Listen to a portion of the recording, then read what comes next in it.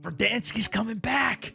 It's going to be a little later than we were initially hoping, but honestly for the best. They need to delay this thing until it is done. So many people are going to be coming back for the first time, taking a look at this game, and ideally it needs to be polished. But what is the reality? Will Verdansk save Warzone? Could reintroducing this iconic map really have an impact?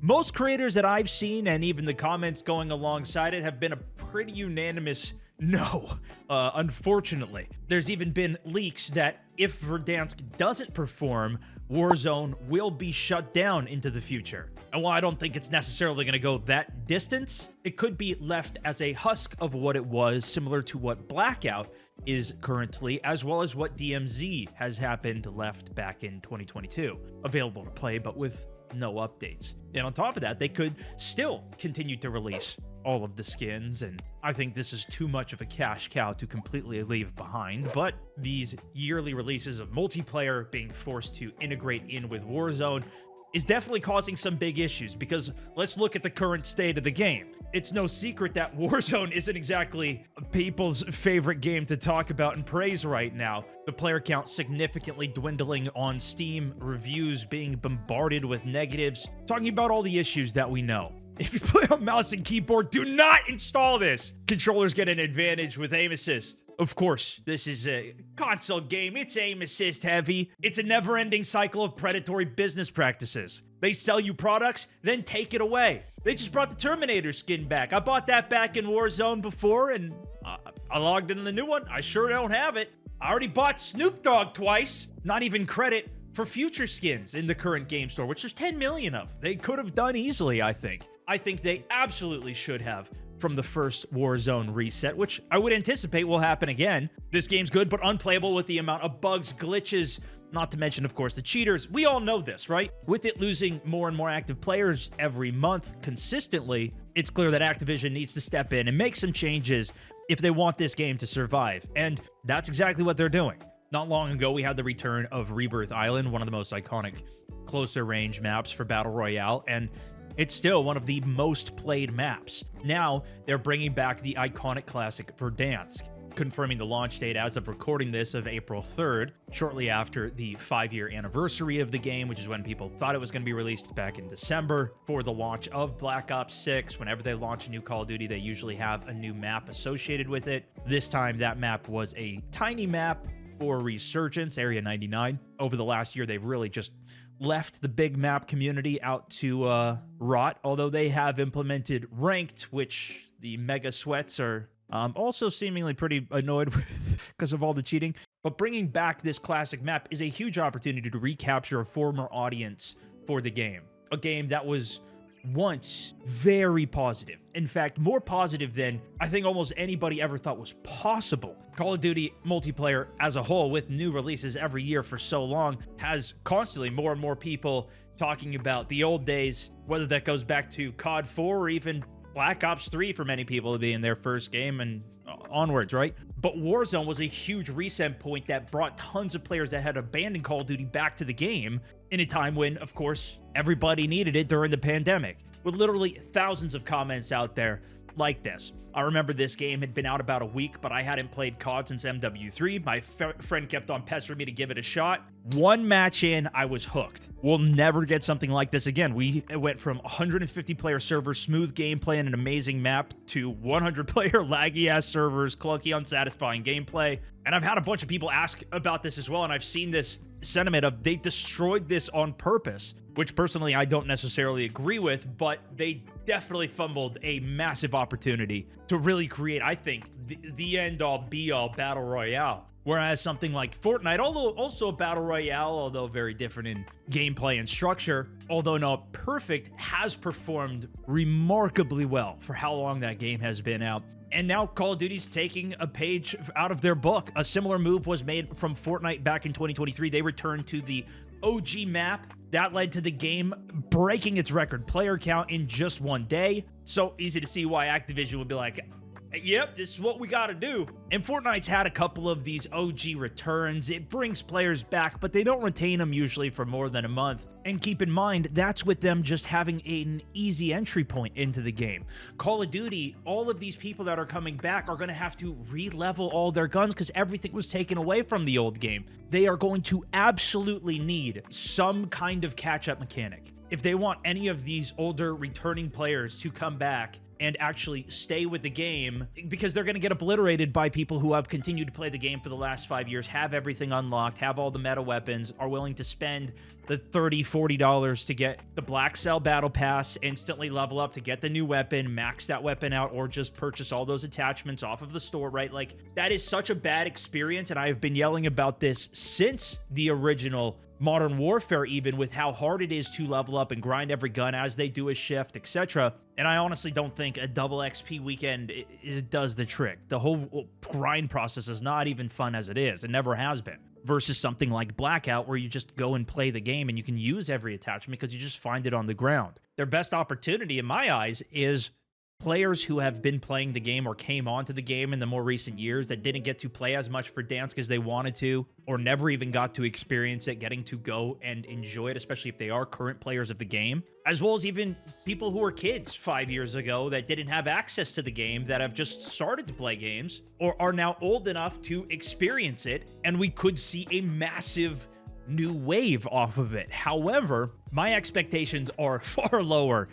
In fact, they're the lowest they've ever been for this. Whenever we have a new map release, a new major update or integration, it is usually followed by a couple seasons of repair. We saw this even with Black Ops 6, even without a new map introduced, just the movement mechanic update, which we'll talk about in a second. And staying on the current map led to so many issues that they've really just been repairing it for the last 2 seasons. And while they do need to have a really good launch and first impression for all these people that are coming back, I just don't think that's going to be the reality here, as everybody's been echoing across the game pretty much. The map alone was not the core thing that made this game what it was, or will bring it back to its glory. And with that, people come check it out. But I imagine, especially to the greater audience that still have already quit the game, 90% of people as a whole are not going to become fans of the game again, especially with all the bugs and everything they're going to have to work through before the more polished version is playable. At least that's my expectations from playing this nonstop since it came out. Minus the last 3 months I haven't been playing. So then, if you are one of those players that are returning after not playing for a very long time, what are you going to expect? Getting reacquainted with many games is often learning new characters that have been added, new maps as a whole. This being a returning map actually does work in the favor, because having to learn every jump spot, angle, position can be overwhelming in addition to everything else, right? The first thing to address, though, being movement. When Warzone first released back in 2020, the movement was mainly defined by the mechanics of slide canceling. After the first month or so of people just figuring out what the heck is even going on and looking like complete bots just shooting their gun, not really moving, there were some players who really started to stand out because they kept winning every fight. And the manner they were doing this was through movement. Mainly, slide canceling lets you, in the middle of combat, dodge and essentially juke out enemy fire by sliding in a direction and then stopping and turning back the other direction so quickly the other player couldn't react fast enough, nor even expect this to happen, to win more gunfights. In addition to being able to traverse longer areas more quickly, ultimately giving them unlimited sprint. Timing it correctly allowed you to maintain that fastest movement speed for longer. This is where the skill gap started to develop in the game, with that mechanic becoming more popular by those who had the faster reflexes and willingness to dive deeper and figure out how this worked. Personally, I just found it super annoying whenever I had to cross a field that I'd have to be slide canceling the entire way across it. Although I didn't mind it for the aspect of having it within combat fights. To me, is very similar of drop shotting and jump shotting, which has long been in Call of Duty to many regards, in some games more effective than others. But eventually, this mechanic was removed in 2022 due to Activision wanting to make the gameplay more grounded and remove what was, to many, considered an exploit. This, by the way, in addition to bunny hopping, which has never made a return since Warzone 1, in addition to many other changes in Warzone 2 in 2022,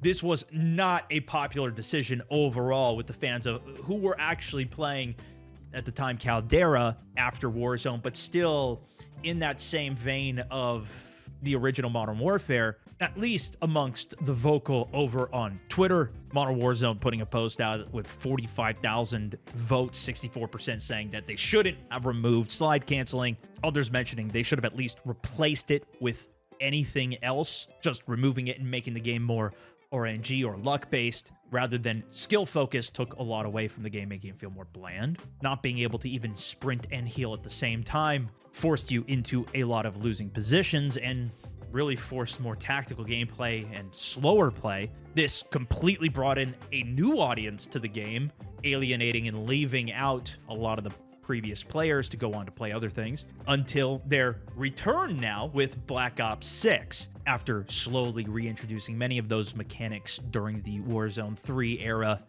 They went all out with this latest one into the maybe Warzone 4-esque one with the Black Ops 6 launch, an omnidirectional movement. Now, not only letting you slide like crazy, but you can also do it in any direction and dive in any direction and shoot while diving. They've kind of torn the audience into so many different directions that now it's super mixed on what the reception of this even is as a whole, with many feeling that it's returned to the fast-paced, fluid feel of the game, and others feeling like it's just way too sweaty and out of control. Many also praising it on controller, as this is mainly what it's been designed for, while complaining on mouse and keyboard. And after playing both, I can say I did have to change a number of my keybinds around on mouse and key to make this new system work and invest a lot of hours into this. And even just walking around feels like I'm on freaking ice is the perfect way to describe it. You just fly in any direction. It's more Quake movement. But the point is, going back to Verdansk, we are going in with a player base that not only already knows the map now, but knows the movement, knows the tech that is also now more advanced than it ever was. Granted, there's no bunny hopping,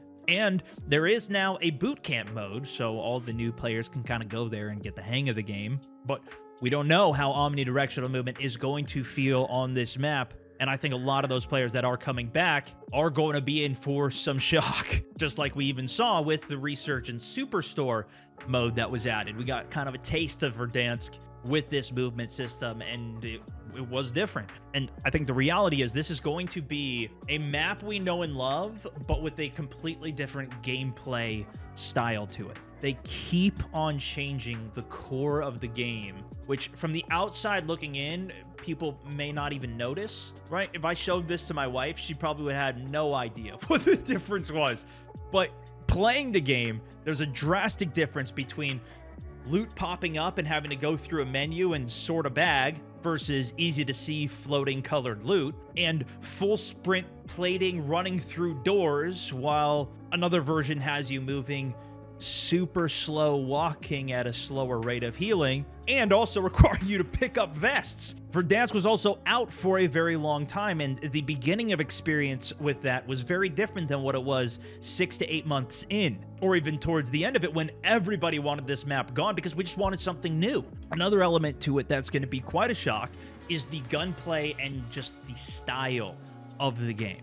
When Warzone first released, there was a clear focus on realism, grounded gunplay. There was definitely aim assist, but not what it currently is with rotational. And Warzone felt more like the Modern Warfare 2019 game. These were well integrated together before new games started to come out and inject themselves into Warzone. The most popular guns of the era, the M4A1, MP5, MP7, classic popular guns that also didn't have the craziest aesthetics, let's say. Upon the release of Cold War, many guns from that game were introduced into Warzone that to many felt like it upped the arcadey feel even too much, further from the realism of the previous game.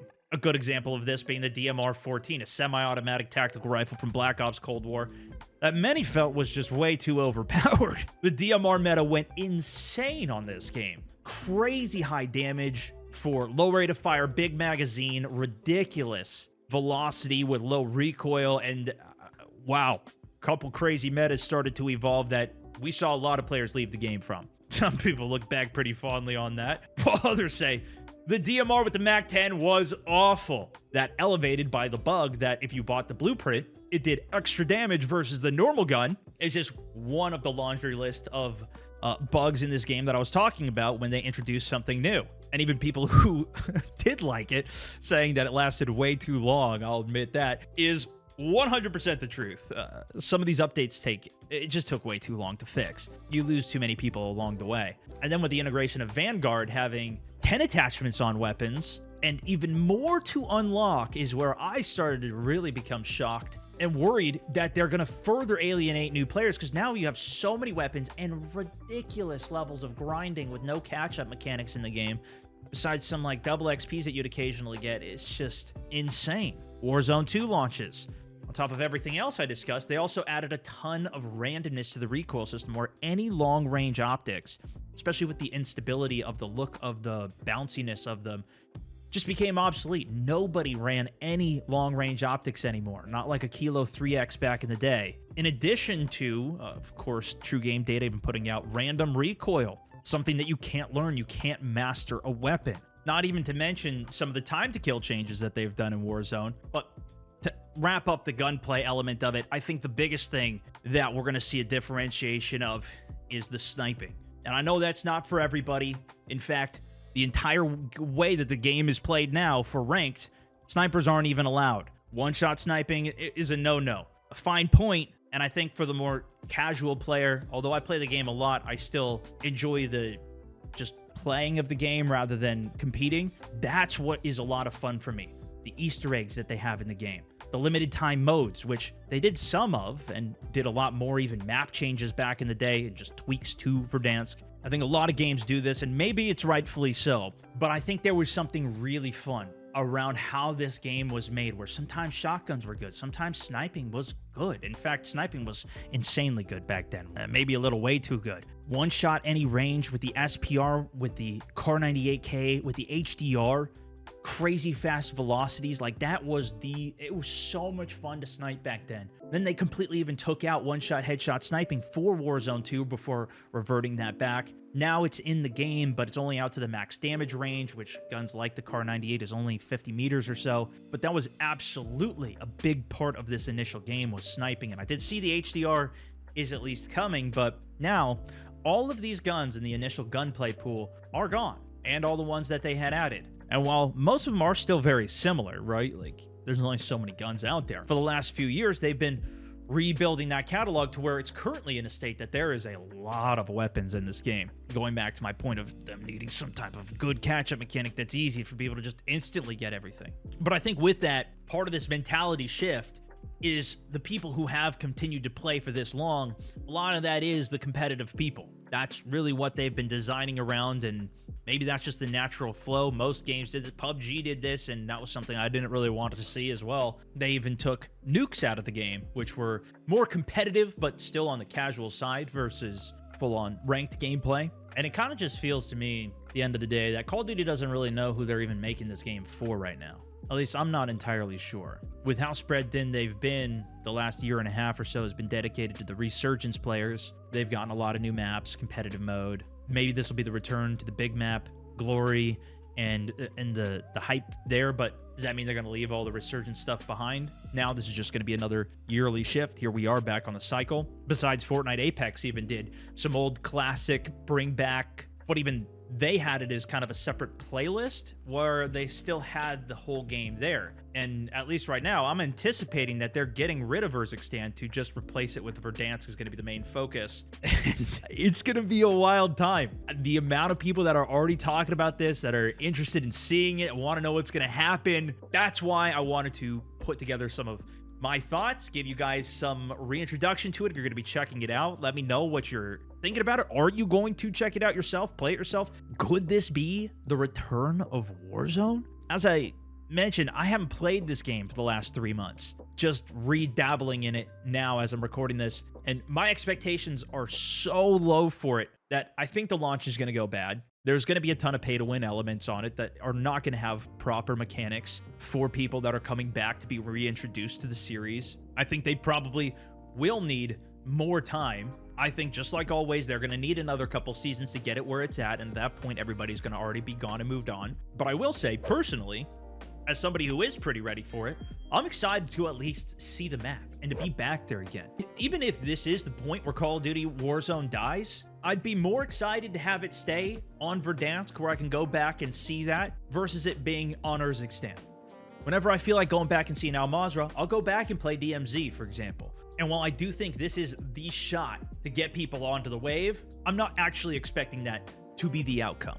Would I love to be proven wrong? Absolutely, as with many of the things that I say. But having seen this for as long as I have, I don't see that being the case, and I'm okay with that too. Fortunately, there's been a lot of other games that I've been able to play and enjoy as of late. And while I also don't expect Battlefield's Battle Royale to be our saving grace, supposedly coming later this year, I am still excited to see it and play it. But as always, let me know what you guys think in the comments. Love to see it. Keep it civil, as it usually always is. That's for this one, though. Thanks so much for watching. Stelmass64, over and out.